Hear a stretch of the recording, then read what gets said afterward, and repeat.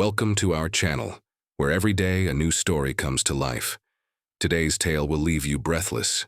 But before we begin, let us know in the comments. Where in the world are you watching from? We love seeing how far our stories travel. If you enjoy powerful moments, brave characters, and heart-stopping scenes, don't forget to subscribe and hit the notification bell. We have a special story waiting for you tomorrow. And trust us, you won't want to miss it. Now, get comfortable, because this story is one you'll never forget. The guard who didn't flinch. Until a 90-pound dog was unleashed at him. It was a warm, golden afternoon in Washington, D.C., and the area surrounding the White House buzzed with life. The sky was a flawless blue, dotted only by the occasional drifting cloud. American flags fluttered gently in the spring breeze, and the air was filled with laughter, music, and the rustle of camera shutters. Families posed for pictures near the iconic iron gates. Children waved their miniature stars and stripes, their faces lit up with excitement. And street musicians played upbeat jazz tunes, adding to the festive atmosphere of the nation's capital. In the heart of it all stood a figure unmoving, almost statue-like. Dressed in crisp navy and silver uniform, his polished boots shining under the sunlight, James Walker, a 34-year-old ceremonial guard, stood tall near the front of Lafayette Square. His posture was flawless, his gaze fixed straight ahead, his face emotionless, every inch the image of military discipline. The square around him throbbed with activity, but James remained still, calm, and composed. Tourists often found his presence captivating, stopping to admire not only the uniform, but also the sheer willpower it took to remain so focused in such a chaotic environment. Despite the warmth of the day, James felt a strange chill creeping up his spine. Something or someone didn't feel right. From the corner of his eye, although he never turned his head, he noticed a man standing a few feet back from the edge of the crowd. The man wasn't like the others. While tourists were smiling, chatting, or looking through their phones, this man stood stiffly, his eyes trained on James with an intensity that felt unnatural. He was tall, perhaps mid-40s, with a lean build and a face that wore a smirk instead of a smile. His name, James would later learn, was Kyle Bennett. Kyle wasn't alone. He held tightly onto a thick leather leash connected to a large, muscular Australian cattle dog, weighing nearly 90 pounds. The dog was a powerful-looking animal, its body tense, head low, and ears flicking back and forth.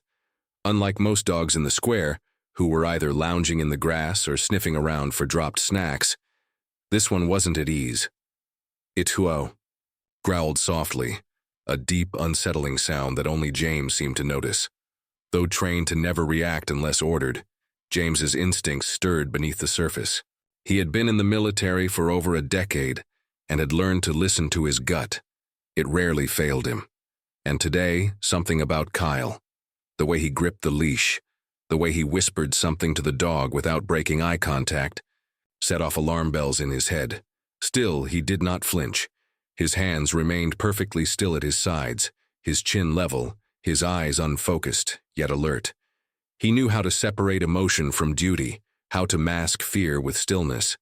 As children ran past him, giggling and pointing at the real-life soldier, James stood like stone, never acknowledging the commotion, never blinking.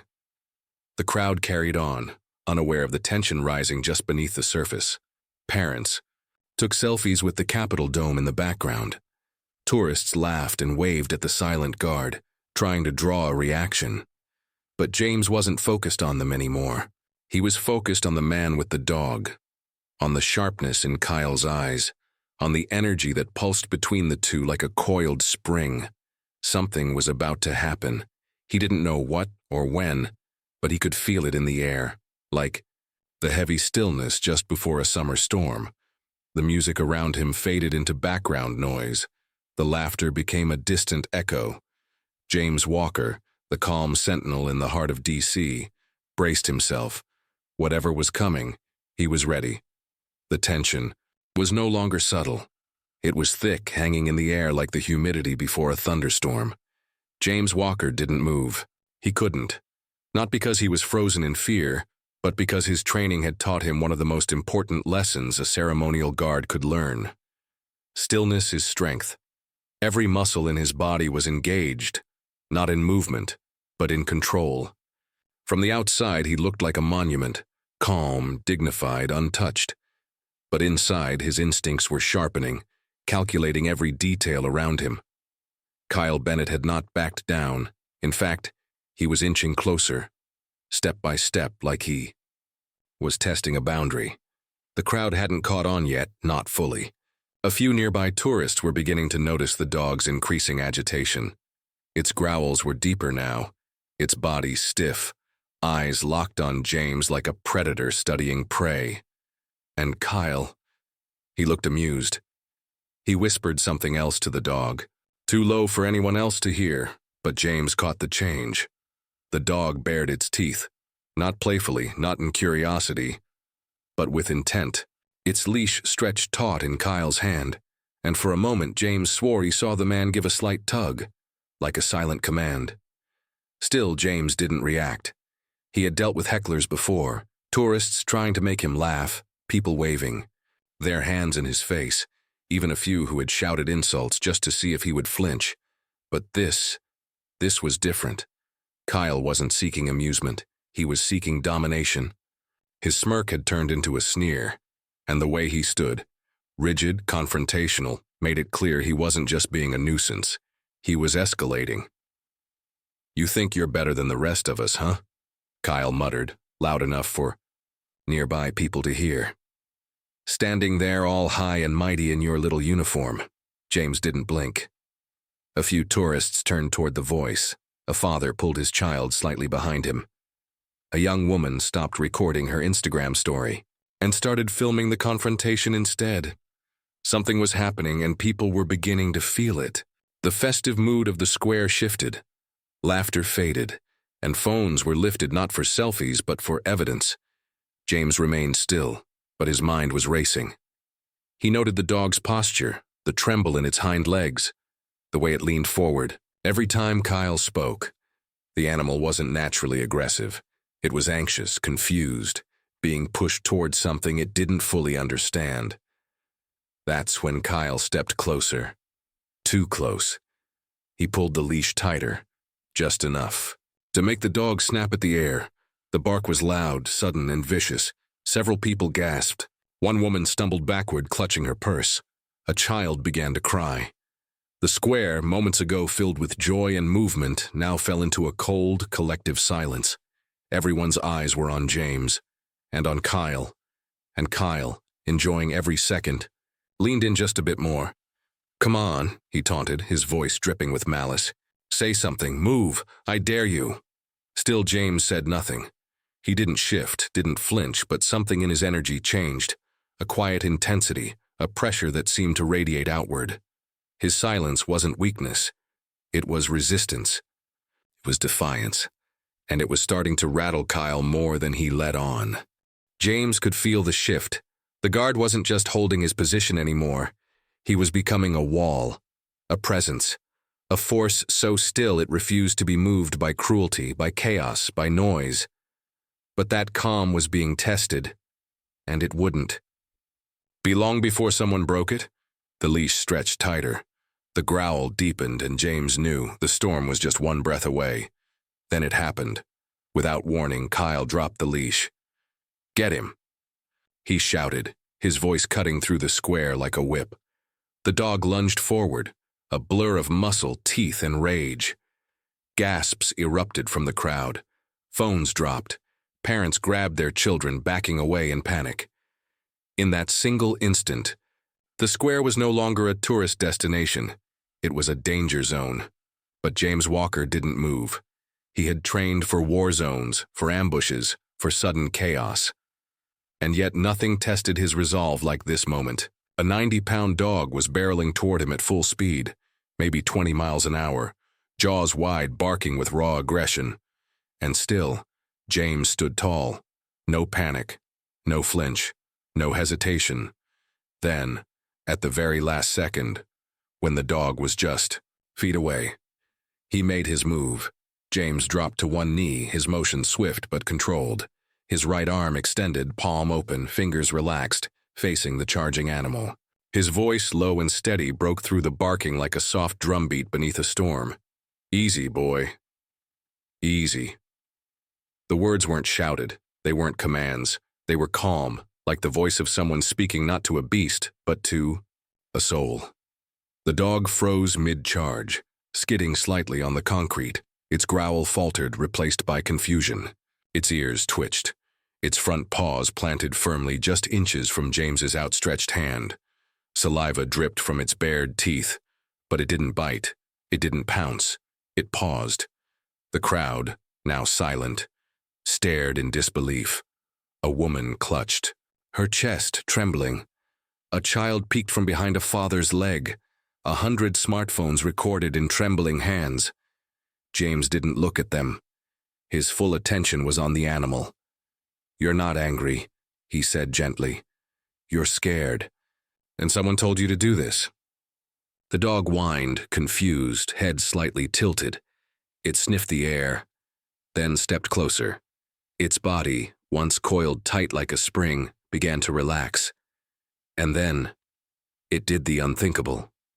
It sat, right there, in front of James, like a loyal pet waiting for its next cue.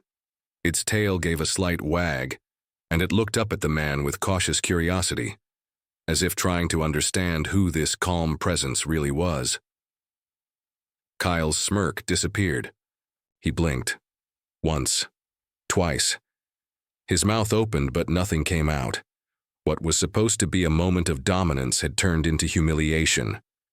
James reached out slowly, brushing the back of the dog's head. It didn't resist. It leaned in. The crowd erupted, not in cheers, not yet, but in a wave of whispers and awe. "Did you see that?" someone muttered. He stopped it with just his voice. A nearby woman dropped to her knees, sobbing in relief. Others began to inch closer, trying to get a better look, but still keeping a respectful distance. The tension had lifted, not gone, but transformed into stunned reverence. Meanwhile, Kyle snapped out of his stupor. "What are you doing?" he barked, stepping forward. "Get him! I said get him!" But the dog didn't budge. It remained next to James, tail wagging, body relaxed. Safe. Kyle growled louder than the dog ever had, yanking hard on the leash. "Back here, now!" The dog whimpered, but leaned closer to James instead. That was the final straw for the crowd. The mood shifted. Murmurs turned into accusations. Someone yelled, "You tried to get your dog to attack him." Another voice, "We all saw it." Then, "You're sick, man." And still, James said nothing. His silence had already spoken volumes. The man who had done nothing but stand still had just turned violence into peace, not through force but through presence. And the storm had been stopped. The silence didn't last long. As Kyle continued to shout, red-faced and furious, the crowd pushed back. Not physically, but with disgust, with disbelief, and now, with voice. "That's enough." A woman in a denim jacket shouted, stepping forward, still holding her phone aloft. "You've done enough damage already." Others chimed in. "You set your dog on him. Leave the man alone. He just stood there, and you tried to provoke him." Kyle looked around, realizing too late that whatever control he thought he had over the moment had shattered. His smirk was gone. In its place was a desperate, shrinking expression. The crowd wasn't afraid of him anymore. In fact, they were turning against him, united by what they'd just witnessed. James Walker, meanwhile, hadn't moved an inch. He stood tall once more, the dog calm at his side. He hadn't said a word since soothing the animal, but his presence spoke louder than any outburst could. His posture was straight, his gaze forward, but he was fully aware of everything and the ripple of voices, the dog leaning against his leg, and Kyle's collapsing confidence. Then came the sound of sirens. 2 DC Metropolitan Police officers emerged through the crowd. They moved quickly but calmly, scanning the scene. One of them, a tall man with Officer Daniels on his badge, stepped toward Kyle. "We received multiple reports of an aggressive dog and public endangerment," he said in a firm voice. "We're going to need to speak with you, sir." Kyle raised his hands, his tone suddenly defensive. "This is all blown out of proportion. I didn't do anything. That guard, he provoked me." "But no one bought it. He didn't say a single word to you," someone shouted. "I got it all on video," another added, stepping forward and showing her screen. "He just stood there. You're the one who let your dog loose." The officers didn't need convincing. The crowd, strangers from all walks of life, had become witnesses, and their stories aligned perfectly. More phones were raised, evidence offered without hesitation. Kyle had no defense left. The officers turned to James. "Sir, are you all right?" James gave a short, professional nod. "I'm fine." Even now his voice was level, unshaken. Officer Daniels glanced down at the dog still sitting loyally beside James. "Is this the animal that was reported?" James nodded again. Yes, he was ordered to attack, but he chose not to. The officer studied James for a beat longer, then turned back to Kyle. "You'll need to come with us. We have more than enough to open an investigation." Ilano opened his mouth to argue, but the moment was gone. The authority had shifted. His threats meant nothing now. He was no longer the aggressor in control. He was a man exposed. And as the officers cuffed him, the crowd didn't look away. They watched, and some even clapped. Not out of cruelty, but in relief. James remained silent through it all. He wasn't interested in applause or praise. His focus was still on the dog. He gave it one last gentle pat on the head as the officers began to take custody. "We'll be taking the animal to Animal Services," Officer Daniels explained, "for evaluation. But it's already clear this dog was never the threat." The dog whined softly as it was led away. It looked back at James once, tail wagging slowly, as if saying thank you. "And James?" He gave a single nod. A quiet goodbye. Around him, the tension slowly lifted. The crowd exhaled as one, whispers of "unbelievable," and "he really did that," passed through the square like ripples on water. James didn't bask in it. He simply returned to his post, resuming his stance, composed, focused, unshaken. But the people would not forget what they had just seen. Not today. By the time the police walked Kyle Bennett out of the square in handcuffs, the crowd had shifted from fearful to inspired. What they had just witnessed wasn't just a public safety incident. It felt like something deeper, something powerful. James Walker didn't chase glory. He didn't break his stoic posture or wave to the crowd. He simply did what he always stood his ground, calm and composed. But this time people couldn't look away. Phones were still rolling. Comments flooded social media within minutes. This man just calmed a charging dog with his voice. Hero, the calmest guard in American history. Proof that strength isn't always loud. Within the hour, the video went viral. News outlets picked it up by evening. Headlines appeared everywhere. DC guard defuses attack without lifting a finger. Calmness over chaos. The moment a dog chose kindness. Clips were aired on national television. Radio hosts discussed it. Even late-night comedians paused their usual sarcasm to share the clip in awe. But James wasn't watching any of it. He had returned to the barracks that evening, same as always. When he walked through the door, though, something was different. Applause erupted. His fellow guards, hardened, disciplined men like himself, stood and clapped. Some cheered, others just smiled and shook their heads in amazement. "Celebrity's home," one of them laughed, tossing him a water bottle. "What did they teach you, Jedi mind tricks?" James gave a modest grin and sat down, brushing off the attention with a shrug. Just stayed calm, but inside he was still turning it all over. Not the cameras, not the praise, the dog. The moment it stopped mid-charge, the way it leaned into his hand, a creature conditioned to attack but in the end, choosing peace. Later, that night his phone rang. It was his commanding officer. "Andrews," the voice said, firm but warm. "I've had about 36 calls today. From the mayor's office, from military brass, even a few governors. James stayed quiet on the line. They all said the same thing, the officer continued.